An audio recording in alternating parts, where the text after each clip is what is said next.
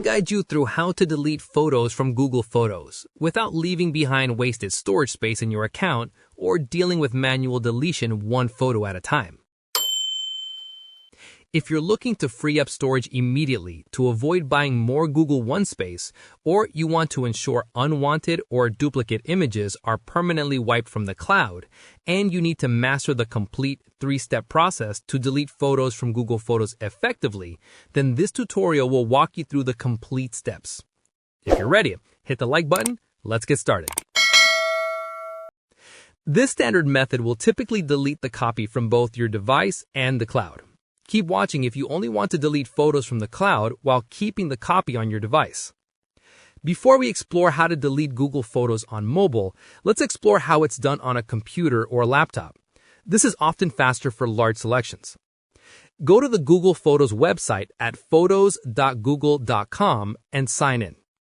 For fast bulk deletion, click the first photo you want to delete. Now, hold down the Shift key on your laptop keyboard and click the last photo in your selection. This highlights the entire range of photos instantly. Click the trash can icon at the top and confirm to move them to the trash bin. Next, let's move to deleting Google Photos on your iPhone and Android mobile device. Install and open the Google Photos app. To delete a single photo, just tap the photo, then tap the trash can icon.